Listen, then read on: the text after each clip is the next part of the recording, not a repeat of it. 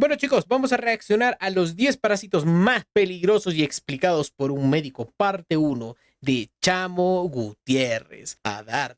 Dale play. Primer video de una pequeña serie en la que veremos a los 10 parásitos más peligrosos para el ser humano. Los veremos en orden creciente de peligro, desde los menos hasta los más peligrosos, y tendremos en cuenta no solo su letalidad, sino también el número de víctimas que se cobran cada año, lo comunes que pueden llegar a ser, y si es posible o no tratarlos con Tumbaburro, facilidad. ¿qué tal, papá? Además de esto, trataré Bienvenido. de explicar brevemente cómo cada una de las especies de parásitos que vamos a ver atacan e incluso destruyen el cuerpo humano. Con esto aclarado, el décimo puesto de la lista es para el parásito responsable de la infección por transmisión sexual más prevalente del mundo, si dejamos de lado a las de origen viral. Hablamos de la Trichomona vaginalis, un parásito unicelular y Tenía que ser algo microscópico que que solo tienen afecta a las más de mujeres, tío. Definitivamente, 156 letal. millones de personas en todo el mundo. Este patógeno es el agente causal de la tricomoniasis, una enfermedad muy común de la que paradójicamente se habla poco, en parte porque produce síntomas leves o inexistentes, hasta en el 50% de las mujeres y el 80%. Oye, eso había sido un dato muy interesante, ¿sabes por qué?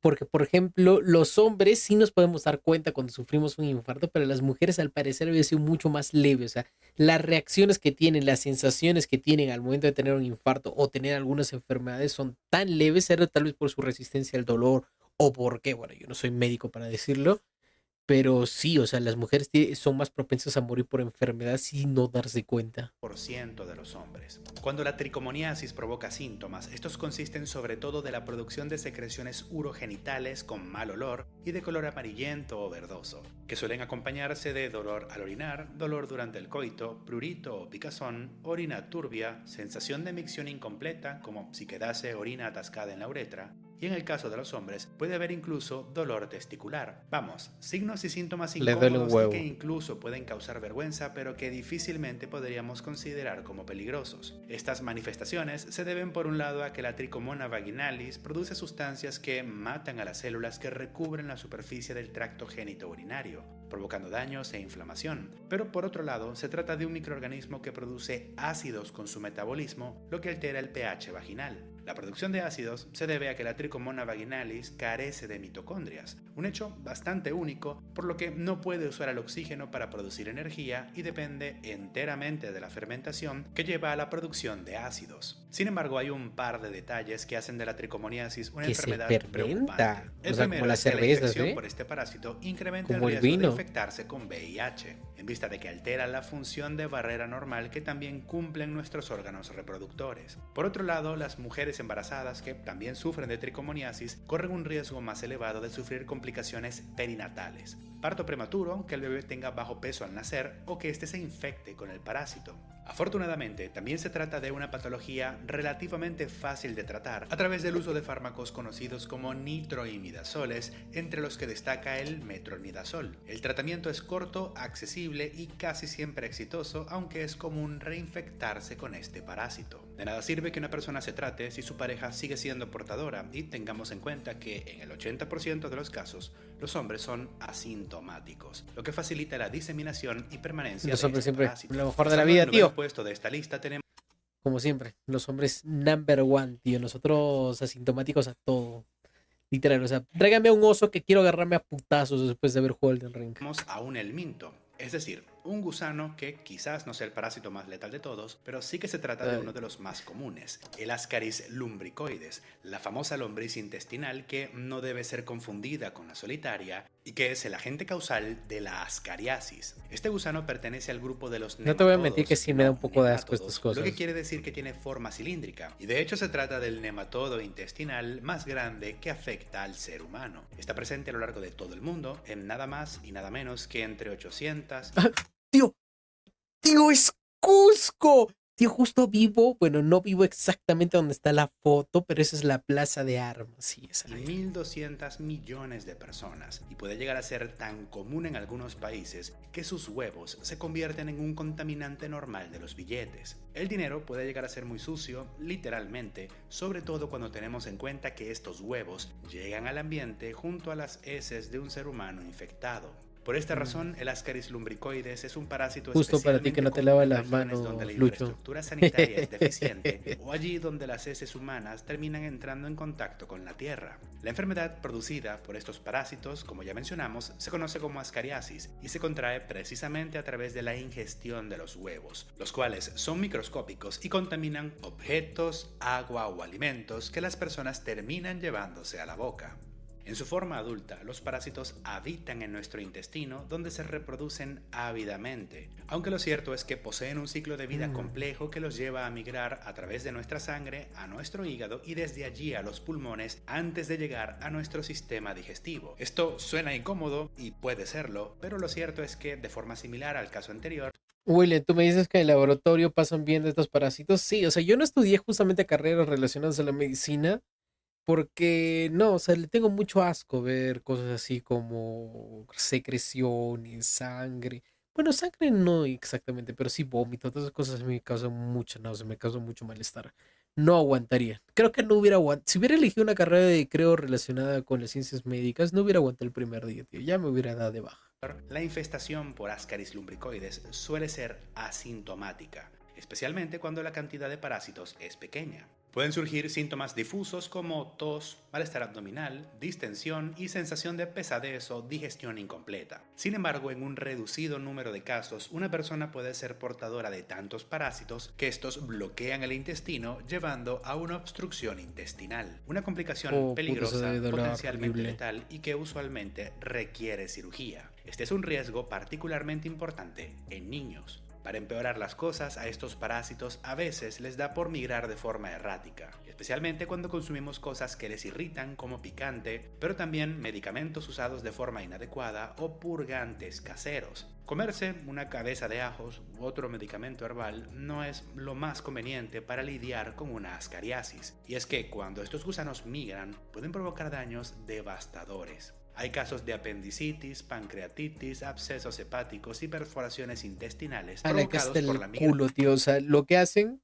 lo que estoy entendiendo que hacen es que si tú les metes medicamentos, o sea, si te ingieres medicamentos, así como para el dolor, así, pero que a ellos los afecten, o si comes picante o algo que a ellos no les guste, como que dicen, es como que este lugar ya no me gusta, puta, se come tu intestino y se va a tu hígado. ¡Hija de perro, tío! ¡Ah!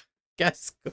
Ay, no, y lo peor, o sea, si se come tu intestino, o sea, justamente pasa eso de que, ¿cómo se le llama? Acabo de decir el nombre, pero es cuando salen las heces por el intestino y empieza a infectar otros órganos y te da una sepsis. Y eso, o sea, ya, o sea, creo que ya ahí jeje nomás, ¿no? Migración errática de estos parásitos, e incluso hay casos de asfixia. Ya tengo todo un video dedicado a las cariasis donde hablamos de casos de migración aún más insólitos. Eso sí, hay que decir que estas complicaciones son muy raras, pero cuando tenemos en cuenta que este parásito afecta a aproximadamente 1.000 millones de personas en todo el mundo, tenemos que el Ascaris lumbricoides O sea, muy cada año se probablemente cobra la lo vida de tengamos más de nosotros. 60.000 personas. Afortunadamente el O tratamiento sea, es existe muy el manco sencillo y lombriz. accesible, y una única dosis de diversos antiparasitarios sirve para acabar con estos gusanos. Pasando al octavo parásito de esta lista, tenemos por primera vez a un patógeno altamente letal, capaz de provocar la muerte en casi el 100% de los casos en cuestión de apenas días. Hablamos de la ¡Hala! Naegleria fowleri, una de las infames amebas Nunca había comecerebros. escuchado Se eso. trata de un organismo unicelular que habita en los cuerpos de agua dulce de prácticamente todo el mundo, especialmente si estos son cálidos. Desde ríos y lagos hasta piscinas cuya agua no haya sido tratada, este patógeno está en prácticamente todo el mundo. Sin embargo, en circunstancias normales no se comporta como un parásito. Es una ameba que vive libremente en el agua alimentándose de Ok. bacterias y solo en circunstancias excepcionales puede parasitar a los seres humanos. La enfermedad que produce es conocida como meningoencefalitis amebiana primaria, también conocida como negleriasis, y esta se contrae cuando gotitas de agua contaminadas con esta ameba acceden a nuestra cavidad nasal. Esto puede ocurrir, por ejemplo, a través de lavados nasales cuando se usa agua que no es la adecuada para esto, pero también cuando nos bañamos o sumergimos en los cuerpos de agua en los que habita la Naegleria Puta, qué fowleri. miedo, Hay tío, de verdad. O sea, ver este tipo de videos, lo que ocasiona es que ya no quiero salir de mi casa. Weón. O sea, todo el mundo es tan peligroso. O sea, salir a bañarme es tan peligroso. Acabo de decir que bañarme es peligroso. Wow, tío, no, me da cosita, me da mucha cosita ahora salir de mi casa, te lo juro. Hay que tener presente que el techo de la cavidad nasal es un punto débil en nuestro cráneo. Aquí se ubica una estructura llamada lámina cribiforme, que consiste de una delgada lámina de hueso llena de pequeños agujeros a través de los cuales circulan las terminaciones del nervio olfatorio, un nervio que emerge directamente del cerebro. La Naegleria fowleri puede comenzar a alimentarse de las neuronas que componen este nervio y a medida que se va reproduciendo va penetrando a través de la lámina cribiforme en dirección a nuestro sistema nervioso central. Por esta razón, los síntomas iniciales de la naegleriasis suelen ser la pérdida del olfato o anosmia y la disminución en el sentido del gusto o hipogeusia. Pero conforme el parásito penetra y se reproduce en el cerebro, aparece un dolor de cabeza insoportable, Ay, ¿qué acompañado está de diciéndome vómitos, Kevin? fiebre, fotofobia, que es aversión o rechazo a la luz. A ver, Kevincito inicia, ¿sabías cuando dos personas se besan crean un túnel entre 18, ¿cómo? De unos 18 a 20 metros? Ella vive más en agua estancada más que nada, por eso es raro que se te dé esa ameba. Kevin, vivimos en un país en vías de desarrollo hiper tercermundista que eligió a Dina Boluarte. Bueno, que eligió al partido donde pertenecía Dina Boluarte. Y hace poco más bien salió una noticia en el Perú, me has hecho recordar, salió una noticia en el Perú que las empresas que, digamos, nos garantizan un debido filtrado y limpieza del agua para el consumo de las personas. Bueno, en sí no se podría decir consumo, pero sí para el uso de las personas, que es para lavar. Igualmente, o sea, en el Perú coges agua del grifo y la hierves, ¿no? Pero, ¿qué había estado pasando? Ha habido, digamos, unos estudios de laboratorio externos que habían detectado cantidades de heces, digamos, desproporcionales, o sea, mayores, ya, o sea, digamos, un contaminante en agua, digamos, de lugares muy específicos en la ciudad de Lima, en ciudad de Cusco, o sea, en varias partes del Perú, y es agua potable, o sea, que en teoría debería ser agua potable. Bueno, o sea, no sé, a este paso nos vamos a extinguir en los peruanos, ¿ah? Y sin peruanos, créeme, ningún stream va a ser tan divertido. Así como rigidez de nuca. El parásito literalmente comienza a licuar el cerebro, produciendo enzimas digestivas que degradan nuestros tejidos. Y conforme pasa esto, la persona entra en un estado de confusión y Uy, letargo. pero qué Puede asco, de verdad. experimentar Imagínate parálisis tomar en rico tu ciertas agüita y partes del puta y una cuerpo, caca. inestabilidad en la función Tío. respiratoria y cardíaca, y No, finalmente tío, ya aparece quiero el ver este coma, video. el cual en el 98.5% de los casos termina en la muerte. La naegleriasis usualmente mata en un periodo de La apenas mierda, 5 se come el días desde el cerebro. inicio de los 5 días. los cuales aparecen entre 1 y 14 días después de la infección. Para empeorar cinco esto, el días. tratamiento de esta enfermedad es, cuando menos, complejo. Consiste de un cóctel variado de fármacos potencialmente tóxicos como la anfotericina B y la miltefosina, aunque lo cierto es que no hay un protocolo de tratamiento estandarizado. Un factor que contribuye mucho en la alta tasa de mortalidad de este parásito es precisamente lo mismo que le da el octavo puesto de esta lista: la O sea, el tratamiento para matarte, bueno, para matarte también, sí. O sea, pero el tratamiento para tratar de sanarte de esta ameba es un cóctel de drogas súper poderosos que si no la matan a la ameba, matan a ti, pero alguien se va a morir. Las infecciones por Naegleria fowleri son rarísimas, lo que retrasa el diagnóstico y por tanto el tratamiento. Cuando una persona llega a un centro de salud con signos y síntomas de una infección en el cerebro, la naegleriasis probablemente no vaya a ser la principal sospechosa. Y para cuando se identifica la causa de la enfermedad, ya suele ser demasiado tarde. Otra razón por la que pongo este parásito tan abajo en la lista es porque es prácticamente imposible que una persona o un vector se lo transmita a otra. En líneas generales se trata de un patógeno muy raro que afecta sobre todo a niños en vista de que en las personas adultas los huesos son más densos, lo que evita que el parásito penetre fácilmente en el cerebro. También hay que decir que hay varias otras amebas que también son famosas por comer cerebro, Naegleria, como ¿no? la Balamutia mandrilaris o el género Acanthamoeba, que también podríamos meter en esta misma posición. Pasando ahora al séptimo puesto, tenemos a un parásito que quizás no sea muy letal, pero que sin dudas provoca una de las enfermedades más desesperantes y horribles en esta lista. Creo que son Hablamos del moscos de la Oncocerca fruta. volvulus, el agente causal de la oncocercosis. Este parásito también es un nematodo, un gusano bastante pequeño que se transmite a través de la mordedura de insectos conocidos como moscas negras o simúlidos, y su forma adulta habita y se reproduce en nuestra piel. Estos gusanos pueden producir literalmente cientos de millones de larvas a lo largo de su vida dentro de nuestro cuerpo. Y precisamente son las larvas las principales responsables de los signos y síntomas de la oncocercosis. Y es que, a pesar de ser Ah, qué mosca de microscópicas, tienen la mierda. tendencia a vagar a lo largo y ancho de nuestros tejidos superficiales. Una experiencia nada bonita, sobre todo cuando tenemos en cuenta sus números. Pero esto no es todo. La inmensa mayoría de estas larvas terminan por morir dentro de nuestro cuerpo y al hacerlo, inducen una reacción inflamatoria intensa que provoca una comezón tan terrible que se han reportado casos de personas que han terminado con sus vidas solamente por esto. Quienes sufren de Wow, oncocercosis qué se bestia, rascan tío. hasta provocar lesiones que pueden infectarse con patógenos oportunistas, y con el paso del tiempo,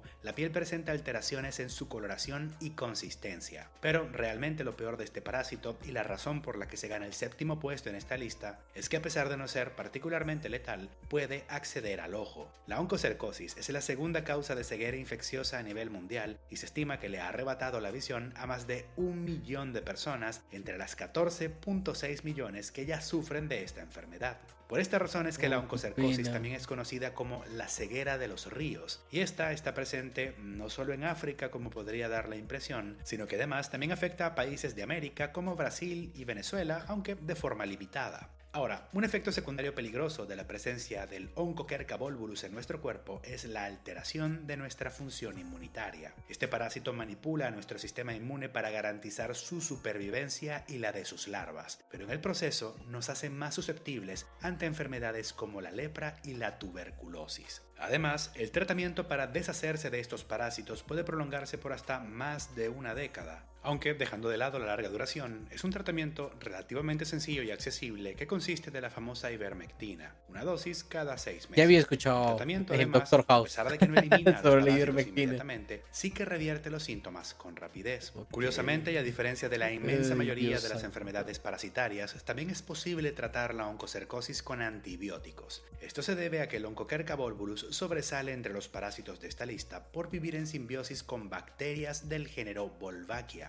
Este gusano necesita a estas bacterias para sobrevivir y reproducirse. Es posible matar a esta bacteria y por tanto también al parásito a través de antibióticos. Pasando al sexto puesto de la lista tenemos Un el gato. parásito más común No, en la tío, por especie favor. A mí me humana, un encantan los patógeno que gatos. No podría me estar presente en jodas. hasta el 30 al 50% de toda la población mundial. El Entonces no debe ser tan Toxoplasma letal. gondii, agente causal de una enfermedad rodeada de mitos llamada O sea, si está en el 50% del planeta, yo pienso que no debe ser tan mortal, ¿no? ¿Por qué tan arriba en el top? toxoplasmosis, famosa por supuestamente controlar la mente de sus víctimas. Se trata de un parásito unicelular que es propio de los felinos, particularmente de los gatos. Ahora, con esto no quiero decir que solo los gatos porten a este parásito, ni mucho menos que todos los gatos lo tengan todo el tiempo. Lo que quiero decir es que se trata de un parásito que únicamente puede completar su ciclo de vida y reproducirse de forma sexual en el interior de este tipo de animales. Lo cierto es que, en realidad, los gatos no suelen ser los principales responsables de transmitirle este parásito a los seres humanos, pero para entender por qué, veamos un poco del ciclo de vida del Toxoplasma gondii. Estos parásitos se reproducen sexualmente en el intestino de los felinos, que junto con sus heces liberan a millones de ooquistes infecciosos al ambiente, los cuales pueden sobrevivir por hasta un año